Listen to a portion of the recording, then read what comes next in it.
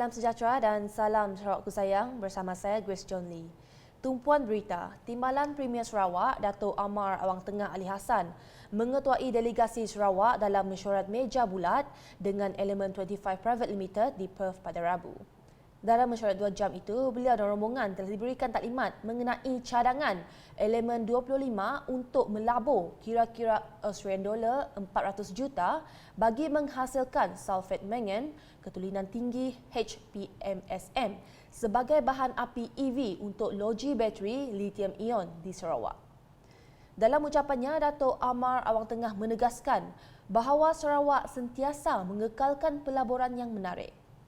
Ujarnya, Sarawak memilih aktiviti pembuatan ini kerana ia selaras dengan strategi pembangunan pasca COVID-19 PCDS 2030 yang bertujuan mencapai ekonomi berpendapatan tinggi di mana kemakmuran ekonomi, keterangkuman sosial dan kelestarian alam sekitar dapat dinikmati oleh semua. Jelasnya lagi, ketika ini dunia sedang bergerak ke arah penyah karbonan dan penggunaan teknologi lebih mesra alam termasuk bateri lithium ion untuk kenderaan elektrik yang semakin popular. Beliau menambah perang perdagangan Amerika Syarikat dan China yang berterusan serta perang Rusia-Ukraine baru-baru ini menjadikan Sarawak lokasi strategik untuk pelaburan. Berita seterusnya, Kementerian Belia Sukan dan Pembangunan Usahawan Sarawak telah merancang sebanyak 120 program pembangunan belia sukan dan keusahawanan di seluruh negeri termasuk di luar bandar serta kawasan pedalaman pada tahun ini.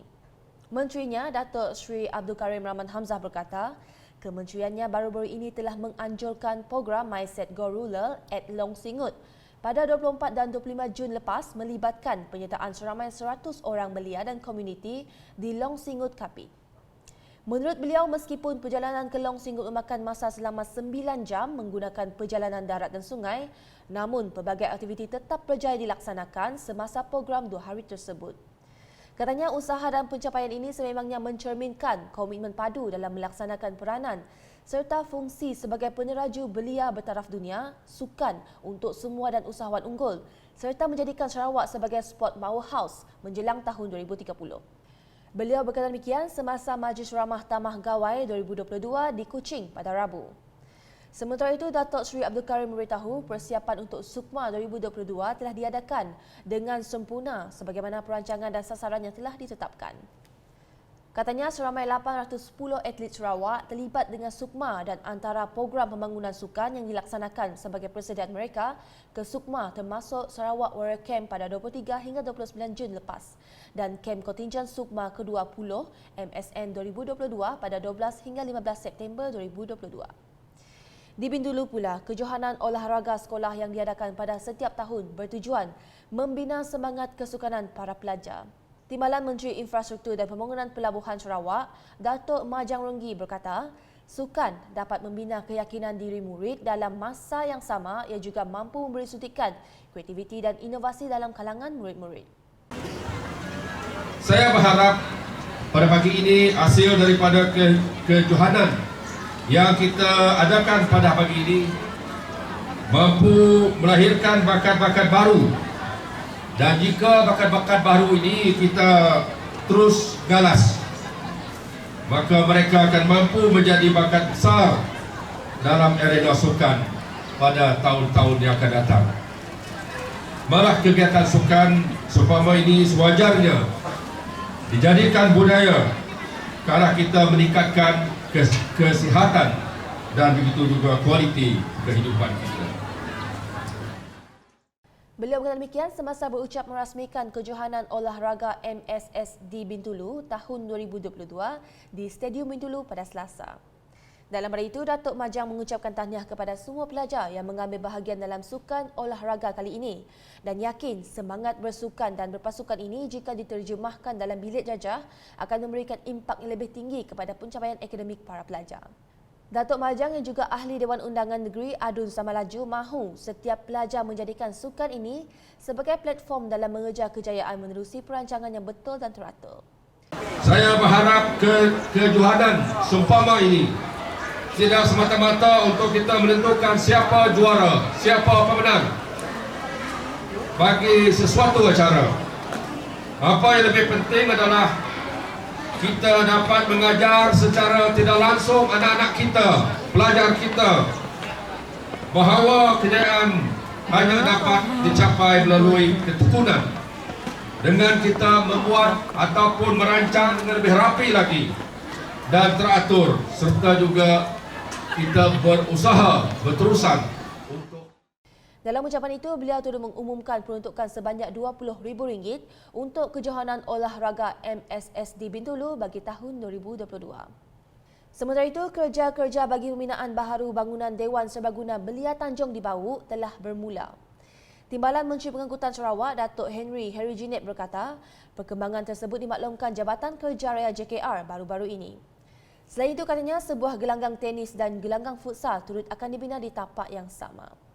Ya, jadi Dewan itu memang dua tujuan. Taruh tujuan. Ini Dewan ini Serbaguna. Nomor 2 tenis dapat main, nomor taruh futsal dapat main. Satu 20 kaki, baik 20 kaki. Dapat main tenis, kalau nyama-nyama, asal ingin main futsal, ingin main futsal, atau gila-gila, pokok Dewan dapat dipakai dengan kawian. Itu Dewan Belia. Beliau berkata demikian pada program perjumpaan Unit Komunikasi dan Penerangan Sarawak UKAS bersama Belia Kampung Tanjung Bowang di pekarangan Rumah Hilbert di Bau pada Selasa. Dalam pada itu, Datuk Henry yang juga Adun Tasik Biru menyeru semua belia dari sekitar kawasan Tanjung iaitu Kampung Tanjung Poting, Kampung Tanjung Bowang dan Kampung Senibong agar bersatu padu dan saling bekerjasama dalam memajukan kawasan mereka selain melibatkan diri secara aktif dalam sebarang aktiviti peringkat kampung. Tegasnya, para belia dan penduduk kampung juga perlu meningkatkan martabat pendidikan dalam diri serta generasi baharu kerana melalui pendidikan sahaja mereka semua dapat memajukan diri serta kawasan masing-masing. Manakala Ketua Biro Belia Jawatan Kuasa Kemajuan dan Keselamatan Kampung JKKK Kampung Tanjung Bowang, Abon Breli pula merakamkan penghargaan kepada Adun Tasik Biru atas pemberian geran sebanyak RM5,000 di bawah peruntukan projek kecil luar bandar MRP kepada belia kampung tersebut baru-baru ini. Untuk rekod, program perjumpaan anjuran UKAS itu bertujuan sebagai platform penyampaian dan perkongsian maklumat secara dua hala dengan pelibatan pemimpin kerajaan dan golongan belia dalam usaha mewujudkan kerjasama untuk memajukan kawasan terlibat. Seterusnya, aktiviti yang memberi manfaat kepada golongan warga emas di Bintulu perlu diperbanyakkan. Adun Tanjung Batu, Johnny Pangliong Ming berkata warga emas adalah golongan yang harus diberi pengiktirafan dan penghargaan. Masyarakat perlu ditegakkan kesentiran menggerai kepentingan ikatan keluarga.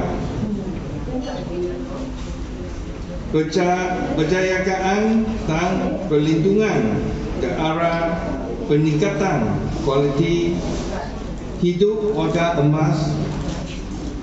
Ini kerana warga emas telah banyak menyimpan kepada pembangunan negara sebelum ini. Warga emas adalah aset yang penting kepada negara kerana mereka memiliki ilmu, pengetahuan dan kepakaran yang tidak mudah diganti. Beliau berkata demikian semasa berucap dalam program aktiviti Pusat Perkhidmatan Warga Emas PPWE di Bintulu baru-baru ini. Adun Tanjung Batu itu menambah kesejahteraan sosial dan pembangunan yang dinikmati oleh masyarakat hari ini adalah hasil titik peluh dan usaha generasi terdahulu. Justru beliau berharap PPWE akan lebih proaktif dalam memperkasakan golongan warga emas di Bintulu. Dan majlis itu, Johnny Pang juga memberikan sumbangan sebanyak RM3,000 kepada PPWE Bintulu. Beralih ke pengembangan di Kanowit dengan Adun Ngemah, Ani Jana serta isteri telah meluangkan masa untuk hadir di Majlis Pengerami Ngiling Bidai Rumah Jelawat menghadap baru-baru ini. Turut hadir ke majlis berkenaan ialah Adun Pelagus Wilson Nyabong Ijang yang telah mengucapkan tahniah kepada Ani atas kejayaan memenangi kerusi Dun Ngemah semasa pilihan raya negeri PRN Sarawak yang lepas. Jelas Wilson adalah penting bagi calon yang dipilih merupakan seorang yang berintegriti, setia dan taat kepada parti dan kepimpinannya. Selain itu, katanya Ketua Masyarakat, Tuai Rumah dan ahli-ahli gabungan Parti Sarawak GPS mesti bekerjasama dan menyokong polisi Kerajaan Sarawak. Dalam hal itu, ujarnya pihak JKKK juga mesti tahu dalam menguruskan pentadbiran serta mengetahui kemudahan yang diperlukan di peringkat kampung dengan mengambil langkah proaktif dalam merancang aktiviti pembangunan. Selanjutnya, Unit Komunikasi dan Penerangan Sarawak UKAS meraihkan program ngiling tikai gawai bersama penduduk di Rumah Saen, Bukit Song baru-baru ini. Kaunselor Majlis Daerah Subis, Hajiz Jaafar telah hadir menyempurnakan program tersebut mewakili Timbalan Menteri Belia Sukan dan Pembangunan Usahawan Sarawak merangkap Adun Lambir Dr. Ripin Laman. Simbolik penutupan sambutan gawai rayak bagi tahun ini disambut meriah selepas negara memasuki fasa endemik. Ia juga merupakan acara yang baik dalam mengeratkan hubungan silaturahim antara penduduk Rumah Panjang dalam kawasan Dun Lambir. Sekian edisi Tengah Hari bersama saya, Grace John Lee. Berita lebih lanjut boleh didapati di semua platform media sosial UKAS termasuk portal ukas.sarawak.gov.my dan UKAS channel di YouTube. #menyebarfakta. Salam UKAS.